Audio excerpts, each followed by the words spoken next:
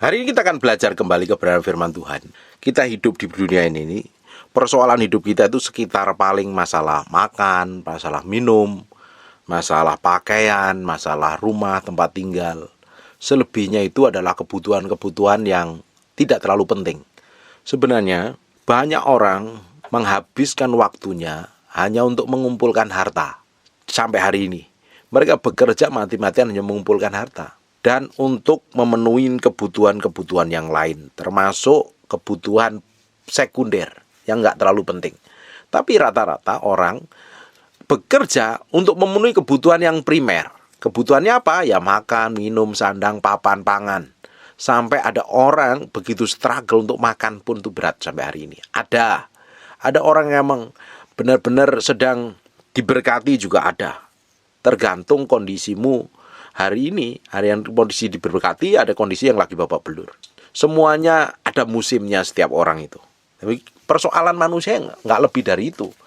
Paling makan, minum, sandang, papan, pangan, tempat tinggal, mobil, rumah, bayar cicilan, utang. Kenapa kok bisa ngutang? Karena punya sesuatu yang lebih gede, salah pengelolaan akhirnya terjerat hutang. Banyak yang seperti itu. Ngutang. Kalau bisa nggak perlu hutang, supaya hidup kita itu tenang. Hutang itu hanya membuat kita ini terjerat menjadi budak. Selama belum lunas, kita akan diperbudak terus untuk bayar cicilannya terus-terusan. Jangan hidup kita dihabiskan hanya untuk ngurusin hal yang seperti itu. Nggak terlalu penting gitu. Kalau ada barang, beli. Kalau nggak ada barang, nggak usah maksain diri. Ada juga orang hari ini terjerat dengan berbagai macam persoalan keluarga. Karena apa persoalan keluarga terjadi? Mungkin pasangannya selingkuh karena egois, nggak saling menerima, hidupnya nggak diubah Tuhan.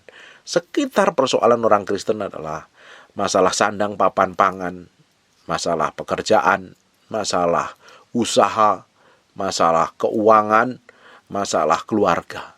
Tapi kalau kita ini berkemenangan di dalam masalah keuangan, kita bisa ngatur kebutuhan yang lain dengan tenang. Kalau kita menang di masalah emosi, kita juga akan menjadi orang yang berkemenangan ketika kita membangun hubungan dengan orang lain. Kita harus berkemenangan dalam banyak hal sebagai orang percaya hari ini. Bukan di satu sisi, banyak hal yang kita harus mengalami kemenangan. Mengendalikan emosi, karakter itu juga penting. Karena karakter yang akan membuat kita semakin hari semakin dipertemukan orang tertentu secara ilahi, dan orang itu bisa buka jalan, buka bisnis, dan bisa mempromosi kita. Kita harus memiliki karakter yang baik, sikap yang baik, kelakuan yang baik, perbuatan yang baik.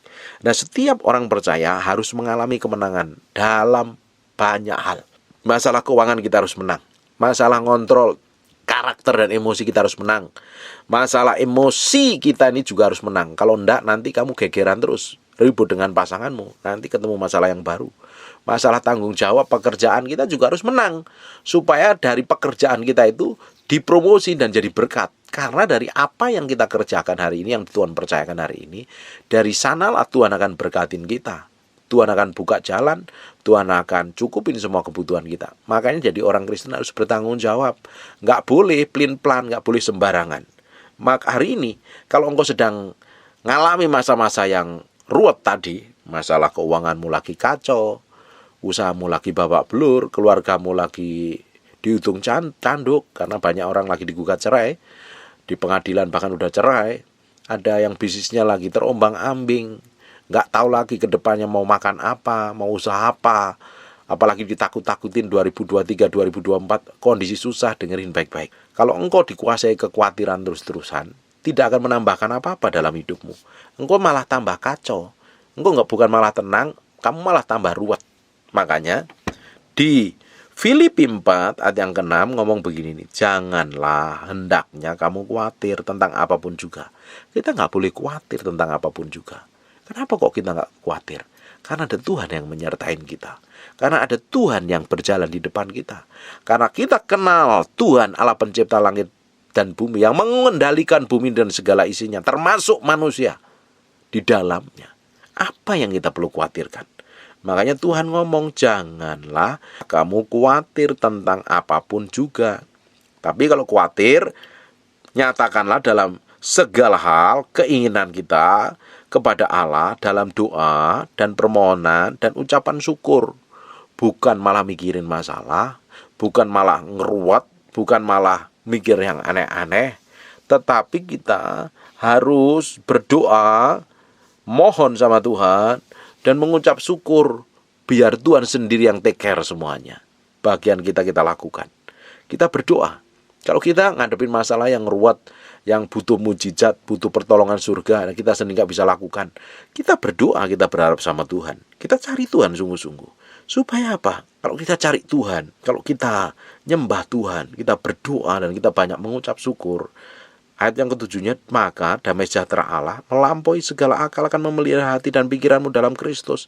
Kalau ada damai sejahtera di dalam hati kita itu bekerja juga tenang, kita hidup juga nyaman, kita melakukan aktivitas apapun juga enak. Tapi kalau nggak ada damai sejahtera, jadi orang yang gerusa-gerusu, jadi orang yang bisa mengendalikan diri, jadi orang yang emosian. Nanti kalau jadi orang yang emosian, ujungnya apa? Ribut dengan pasanganmu, ribut dengan orang lain. Yang harusnya kita terima jatah, malah kita nggak terima jatah dari surga. Seharusnya orang dipakai untuk mempromosi kita, karena kita suka ribut dan berantem, karakter kita busuk, kita nggak menikmati segala sesuatu yang baik yang datangnya dari Tuhan. Nah, kita harus bisa menempatkan hati kita ini dengan tepat di hadapan Tuhan. Jangan sampai kita salah. Ketika kita salah, kita nggak memiliki damai sejahtera di hadapan Tuhan. Kita berdoa pun kalau nggak ada damai sejahtera juga bingung, juga kacau, juga ruwet, juga nggak tahu apa yang harus didoakan. Kita harus jadi orang yang benar-benar bisa menaklukkan pikiran, perasaan, kemauan kita ini pada pusat kehendak Tuhan. Makanya supaya kita ini nggak khawatir, supaya kita ini nggak bingung, supaya kita ini nggak kacau, supaya kita hidup kita ini nggak ruwet, kita percaya bahwa Tuhan menyertai kita, ya kita perkatakan firman. Apa yang perlu kita pikirkan? Ayat yang ke-8 perhatikan. Jadi akhirnya saudara-saudara, semua yang benar, ya kalau nggak benar nggak usah didengerin. Apalagi masih terawangan, masih nubuatan, kan bentuknya belum terjadi. Kalau itu menakutkan isinya, nggak usah didengar. Ngapain? Karena itu belum benar. Yang benar itu dari firman, dari Yesus sendiri. Kalau masih menerawang, masih ngira-ngira, masih belum terjadi, nggak perlu dipikirin. Semua yang mulia itu mulia apa tidak, adil apa tidak, yang suci, kudus apa tidak, yang manis didengar apa enggak. Kalau perkataan orang yang buruk, jelek, nggak manis, nggak usah didengar.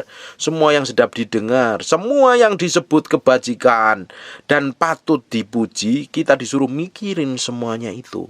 Supaya apa? Ada damai sejahtera yang di dalam batin kita. Kalau kita mikirin yang baik, yang sedap didengar, yang patut dipuji, yang disebut kebajikan, yang suci, yang kudus, pikiran kita di-refresh. Kita diarahkan pola pikir kita, cara pandang kita itu seperti surga berpikir, seperti Yesus berpikir. Akhirnya apa? Ada damai sejahtera di dalam diri kita. Kalau kita nggak ada damai sejahtera, kita berdoa pun juga bingung, kacau. Baca firman juga nggak konsentrasi. Banyak orang sedang bermasalah, doa nggak konsentrasi, karena fokus kita kepada masalah. Jangan fokus kepada masalah. Buat apa?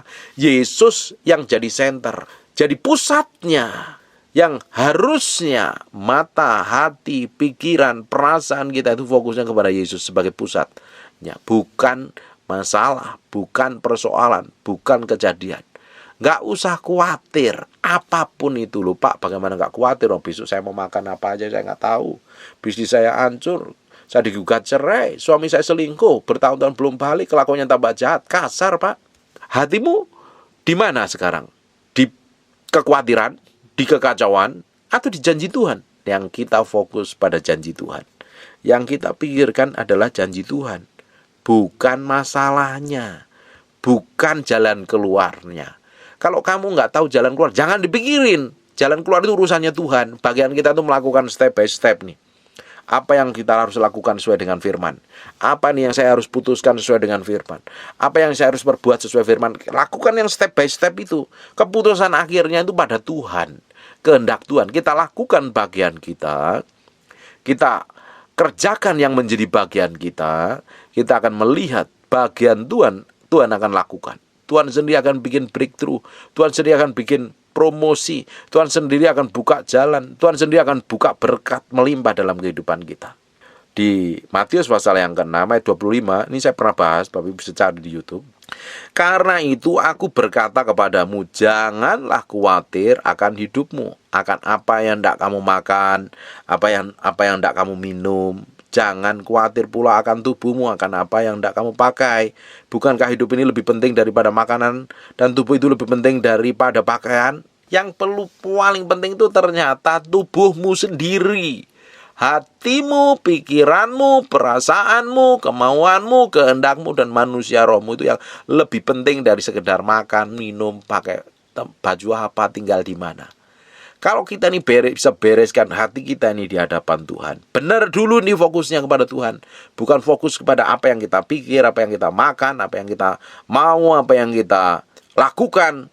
Fokusnya kepada Tuhan dahulu, baru kita akan melihat terobosan. Ayat yang ke-26, perhatikan baik-baik. Pandanglah burung di langit yang tidak menabur, tidak menuai, dan tidak mengumpulkan bekal dalam lumbung, namun diberi makan oleh Bapamu di surga. Bukankah kamu jauh melebihi burung-burung itu? Burung nggak memiliki roh loh, diciptakan sekedar diciptakan aja. Tetapi kita ini diciptakan serupa segambar dengan Tuhan, memiliki manusia roh, memiliki jiwa, pikiran, kemauan, kehendak, dan memiliki tubuh yang sempurna ini. Kita ini diciptakan melebihi burung. Burung saja dipelihara, apalagi kita anak Tuhan. Apalagi kamu cari Tuhan, nyembah Tuhan, berdoa, beresin hatimu di hadapan Tuhan, hidup takut akan Tuhan. Tuhan tidak akan pernah biarkan. Daud pernah ngomong, dahulu aku muda, sekarang aku sudah tua. Aku tidak pernah lihat orang anak cucunya orang benar meminta-minta roti. Artinya dipelihara Tuhan. Makanya dari pihak kita juga jangan malas. Sudah malas berdoa, hidupnya ngawur, tukang mabuk-mabukan, pikirannya jahat. Ya bagaimana Tuhan mau cukupin semua kebutuhan? Bagaimana Tuhan berkati? Ada bagian kita yang kita harus kerjakan, ada bagian Tuhan yang Tuhan akan kerjakan. Jadi orang itu, sekalipun ini para hamba Tuhan, para pelayan Tuhan, atau siapapun juga, jangan pernah hidup dengan balas kasihan orang. Kamu diciptakan sempurna, kamu diciptakan punya tujuan ilahi, itu yang harus dikejar. Jangan hidup dari pemberian orang lain karena belas kasihan. Kita ini diciptakan menjadi imamat yang rajani loh, bukan pengemis, bukan peminta-minta, bukan peminta belas kasihan. Kalau hari ini engkau sedang struggle bergumul, kenali Tuhan, cari Tuhan, cintai Tuhan, hormati Tuhan. Tuhan sendiri akan buka jalan dengan caramu yang ajaib. Ayat 26. Pandanglah burung-burung di langit yang tidak menabur dan tidak menuai dan tidak mengumpulkan bekal dalam lumbung, namun diberi makan oleh Bapamu yang di surga. Bukankah kamu melebihi burung-burung itu? Makanan kamu gak usah khawatir, Tuhan pasti cukupin. Apalagi kalau engkau rajin bekerja, Tuhan pasti berkati tanganmu, Tuhan berkati pekerjaanmu, kamu pasti makan berkelimpahan. 27. Siapakah di antara kamu yang karena kekhawatirannya dapat menambahkan sehasta saja pada jalan hidupnya? Ngapain kita khawatir? Ngapain kita sampai stres gitu, mikirin sesuatu yang belum ada jalan keluarnya? Nggak perlu. Kita tuh perlu rest in the presence of the Lord. Kita khawatir akan masa depan yang belum terjadi, dan itu tidak menambahkan apa-apa. Malah kita yang rugi, hilang damai sejahtera, stres, bingung, dan kacau. Kita harus menempatkan nih pikiranmu, hatimu, perasaanmu pada Tuhan, bukan kepada yang lain, bukan dengan kata orang, bukan kata ramalan, tapi pada janji Tuhan. 28. Dan mengapa kamu khawatir akan pakaian? Salah pakaian pun juga nggak perlu khawatir, Tuhan pasti cukupin. Bunga bakung di ladang yang tumbuh tanpa bekerja dan tanpa memintal. Namun aku berkata kepadamu, Salomo dalam segala kemegahannya, Salomo yang kaya raya itu, tidak berpakaian seindah salah satu bunga itu. Kenapa bunga itu begitu indah? Tuhan sendiri yang ciptakan. It's powerful. Apalagi kita. Jadi jika demikian Allah mendandani rumput di ladang pada hari ini dan pada hari esok dibuang ke dalam api, tidakkah Ia akan lebih lagi mendandani kamu, hai orang yang kurang percaya? Taruh hatimu sepenuhnya di hadapan Tuhan. Sebab itu janganlah kamu khawatir dan berkata, apakah yang hendak kami makan, apakah yang hendak kami minum, apakah yang hendak kami pakai. Orang dunia cari semua itu. Semua itu dicari bangsa-bangsa dan tidak mengenal Allah, yang tidak mengenal Allah. Akan tetapi Bapamu yang di surga tahu bahwa kamu memerlukan semuanya itu. Tetapi cari dahulu kerajaan Allah dan kebenarannya, maka semuanya itu akan ditambahkan kepadamu. Ternyata ada syaratnya. Kita kenalin Tuhan, kita cari Tuhan, hidup dalam kebenaran, menghidupi nilai kerajaan Allah. Sebab itu jangan kamu khawatir akan hari esok, karena hari esok mempunyai kesusahannya sendiri. Kesusahan sehari cukup untuk sehari. Tidak perlu khawatir akan masa depan. Tidak perlu khawatir dengan kata-kata ramalan orang akan ini, akan itu ke depannya. Janji Tuhan yang memproteksi. Janji Tuhan yang kamu pegang. Hidup benar di hadapan Tuhan. Tuhan akan proteksi, jagain, lindungin, berkati, promosi kamu. Nikmatin jalan sama Tuhan. Yang perlu kita renungkan itu janji Tuhan, bukan kata orang, bukan kata ramalan. Janji Tuhan. Pegang hatimu sepenuhnya, serahin sama Tuhan. Dan perkatakan firman. Kita akan sama-sama melihat breakthrough dan terobosan di tahun-tahun ke depan ini dengan cara ilahi, secara ajaib dan dahsyat. Kita akan menikmati semua kemurahan kebajikan secara luar biasa. Tuhan akan proteksi, Tuhan akan bawa kita hidup dalam kemenangan, hidup dalam kesucian, hidup dalam perkenanan Tuhan. Amin.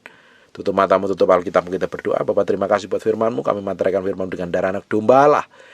Terpati dalam loh batin kami firman jadi kehidupan. Kami menyerahkan semua kekhawatiran, kekacauan, kebingungan kami ke dalam tangan kuasa Tuhan. Kami mau berjalan bersama Tuhan. Ke depannya kami melihat breakthrough dan terobosan dalam segala hal. Berkati setiap orang yang mendengar firman ini. Apapun mereka yang kerjakan, Tuhan berkati. Tuhan bikin terobosan secara ilahi. Pekerjaan tangannya diberkati dan diurapin Tuhan. Kami menyerahkan untuk setiap orang yang sedang sakit dan mengalami kelemahan oleh bilur Yesus, sejarah Yesus, jadilah engkau tahir, jadilah engkau sehat, jadilah engkau sembuh dalam nama Yesus. Terima kasih Tuhan. Kami kembalikan segala hormat, pujian, pengagungan buat Raja kami yang maha mulia. Dalam nama Yesus kami berdoa dan mengucap syukur. Haleluya. Amen. And God bless you.